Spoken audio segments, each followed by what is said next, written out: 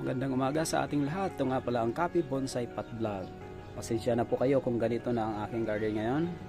Medyo napapabayaan ko lang ng konti. Hindi naman 100% kasi kahit papaano dito natatanggal yung aking stress sa dinami-dami nating trabaho. Pagdating sa ating pananim, ganyan, medyo napapabayaan natin, pero nandyan pa rin tayo, nagdidilig at medyo na sikas pa rin ng konti, pero hindi 100%. Kaya ganito na po nangyari sa aking mga bonsai, medyo wild na po sila. Kahit yung rooftop ko medyo hindi ko na po masyadong nalinisan kasi ako na lang po, wala na akong katulong dito na mautusan para maglinis, ganyan, or tutulong sa akin. Kaya ganito nang nangyari, napapabayaan ng konti. Pero sa totoo lang, ito ang nagtatanggal sa akin ng stress o yung kapaguran ng aking sobrang trabaho. Pasensya na kayo. Yung mga gumagabay sa aking mga vlog, medyo nahinto po tayo sa pagpa-vlog dahil sa sobrang kabisihan. Ito na lang po muna yung mapapakita ko sa inyo, yung sobrang wild ng aking garden. Ito yung dalawa kong ficus, medyo haggard na siya, pero mga ilang araw ayusin ko pa rin, medyo napabayaan lang. Saka yung paglalagay ng abono, medyo hindi natin na-maintain, kaya ayan, huwag nyo na lang po akong gagayahin. Ito, nag-umpisa tayo mag-cuttings, yung mga nandiyan pa sa tabi. Ito yung aking hibiscus, variegated hibiscus, marami-rami na po yan. Ito yung pinaka-old kong baliti, ganyan po, sobrang ang ganda, kaya lang wild po siya. Yung mga bagyo sili ko, ganyan na po ang nangyayari, halos skeleto na lang po yan, pero namumunga pa po, may mga bunga pa po siya.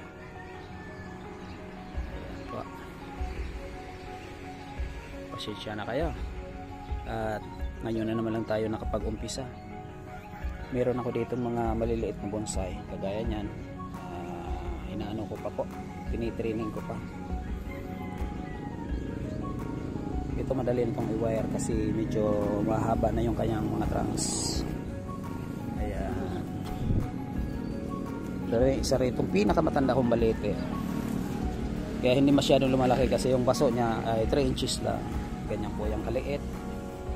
Ayan po, almost 3 inches lang po siya.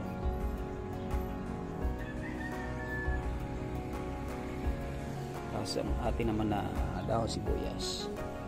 Dati lahat ng tanim ko dito mga dahon sibuyas. Ngayon na tag-init na naman, sigurado dadami naman po yan. Ito nga pala yung may bunga po siya. Nakakuha na ko ng bunga nito, nakapahinog na dito. Tumubo lang to, parang hindi ko na tinanim sa lupa, dito na lang sa paso, kaya nakapaano na, may bunga na naman ulit. Pag kinakatings mo siya na talbos, ibig sabihin na matandaan talaga yung puno niya kahit ganito lang ka lang. Halos gadaliri pa lang, pero namumunga na po siya. Ito idala lang ng ibon dito sa 3rd floor namin. Marami po yung ganyan, meron akong 5 ganyan, pero yan ang pinakamalaki. Tingnan mo po yung bagyo sili ko, hinog na hinog na. Hindi na itong kunin at ilalagay natin sa ginagawa natin yung chop suey, pangtinda. Titinda po tayo. Wild, grabe pa ka wild. Ito po yung aming sampalok, matandang sampalok, may bunga po siya. Ayan, kaya hindi ko ito maputol-putol kasi may bunga. Yung ipek niya sobrang taas na, pero pinutulan ko siya ng sanga, kaya medyo ayan, nakaproportion na naman siya. Meron po siyang 4 na bunga. Naglagay po ko ng abono nung isang araw, pero patak-patak lang, hindi ko yung tinanim sa lupa, kaya ubos na naman. Maglalagay ulit tayo kasi natunaw na po siya. Sana subaybayan nyo pa rin po ang aking maliit na bahay. Salamat at nandyan pa rin po kayo. Alam ko di nyo naman ako iiwan. sobra, grabe paka-wild po talaga. Medyo na busy po tayo sa ano, yan pang bonsai kong yung wild na rin, na busy po sa hanap buhay. Alam niyo naman po na nagka-college na yung mga anak natin. Ayan, pag-college na po yung mga anak, hirap na po talaga. Dapat hindi lang doble kayod, maraming kayod na talaga. Ganyan po talaga. Tingnan mo yung aking ano, walang dahon, payat na payat, kulang sa abono. Okay, pasensya na po, grabe talaga pagka-wild natin. Halos napabayaan ko na mag-iisang taon na walang ano, pero nakapag-vlog naman ako nito ang ilang beses, kaya lang hindi tuloy-tuloy. Kaya medyo wild po talaga. Okay, thank you po, God bless po sa ating lahat. Sana po andyan pa rin po kayo. Ito nga pala ang Kapi Bonsai Pot Vlog. God bless you po.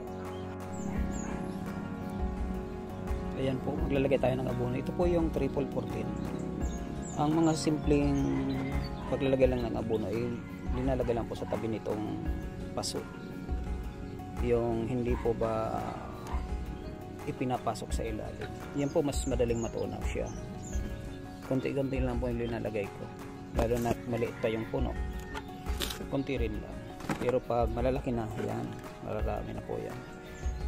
Pag ganito po, tansyahin nyo lang na parang isang kutsara lang ng abono ang ilalagay niya. Meron kasing bonsai na matakaw sa abono. Parang yung gusto niya, lagi siyang merong kataba. Kapag wala po kasi medyo ganito, maliit lang. Kunti lang po ito, mga kalahating ano lang, kutsara. Pero pag matagal na nakalagay sa paso, yan, pwede nyong damihan kasi yung ugat niya ay puno na sa ilalim. Ito po ay kalalagay ko lang nung nakalang mga araw. Kaya lang madaling matunaw kasi kunti lang naman linagay ko. Ayan. Yan po ay basic lang. Hindi mo kailangang pag-aralan. Mga simple lang ba.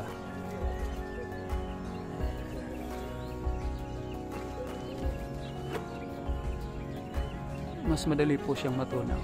Diligin mo lang siya, tunaw na po siya.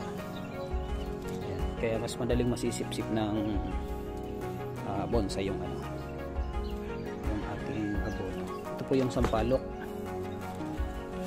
Kagagawa ko lang po nito siguro wala pang isang taon na rinipat ko dito, ganyan.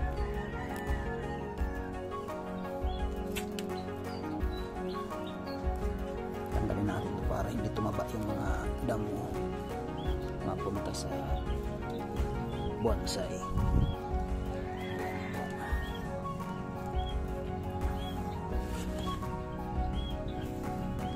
Ito yung nakalagay sa aking content. Isang content po yung pagkagagawa ko. Ayan. Ito naman po. Kabilaan lang. Meron pong ginagawa nito yung hinahalo sa tubig, ganyan. Pwede rin ganyan. Pwede rin itanim mo. Parang ilinalagay mo sa lupa. Pero napakatagal bago maubos. Ang iba po ganyan ginagawa para matagal po maubos. Kasi pag naglalagay po ako, mga ilang yung tinatanim sa lupa, ano po, kahit isang buwan na nandyan pa po yan. Linalagyan ko marami itong bantigi kasi matakaw siya sa abono. Kasi wala po ako ditong salt water o yung galing tubig sa dagat. Pero pag linagyan mo ng abono 314, magaganda yung dahon niya, green na green at saka malalaki. Ayan po yung basic na paglagay ko ng abono sa akin. Hindi naman po sila namamatay kasi 314. Wag lang po yung urea, yung puti. Kailangan kasi noon konti lang ilalagay mo, ganun iano mo, halo sa tubig, tapos konti lang, tapos dilig uli. Hindi pwedeng yun ang ididilig mo lahat kasi mamamatay talaga yung ano mo, bonsai.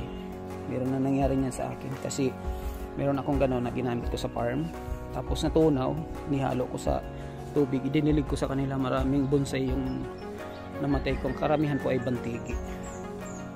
masilan po ang ang bantigi sa abono ng urea, hindi po pwede ganun. Okay,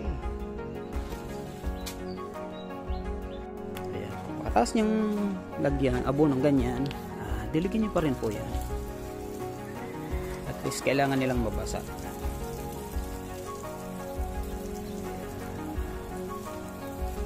Mga ilang araw po yan bago maubos, 2 to 3 days, depende po.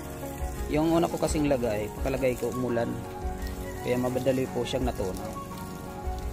Pero makikita mo naman po sa bonsai kapag ganyan, nagiging green agad yung dahon niya. Hindi po siya matapang sa ugat. Kaya ano po ako dito, tiwala po ako dito sa abonong ito. Karamihan ang nagbubonsai ganyan po. Sa bantigi naman talagang masilan po talaga itong bantigi. Bawal na po itong kunin sa wild, ganyan. Pero meron ako nitong mga cuttings. Dati akala ko hindi nakakapabuhay kasi napakatigas ng puno niya. Tapos try ko nung kumuha ko ng isang sanga. Inano ko lang, tinusok ko lang sa mga paso. Minabuhay pong isa.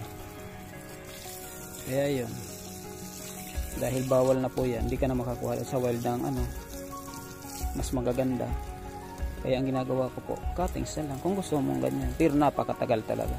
Kaya mas mabuti, mas maigi po na kung gusto mo magkaroon kaagad ng bonsai, ibang puno na lang po ang gawin mo, na hindi yung pinagbabawal sa wild. Kasi napakatagal ng buhay ng bantigi. Kung sa po ay yan po ang kumakapit ng bato sa gilid ng dagat, kasi po nakukuha lang po yan sa gilid ng dagat. Hirap po yan hanapin. Ayan po, maraming salamat. Ganyan lang po, basic lang po yung paglalagay natin ng abono sa araw na ito. Thank you. God bless.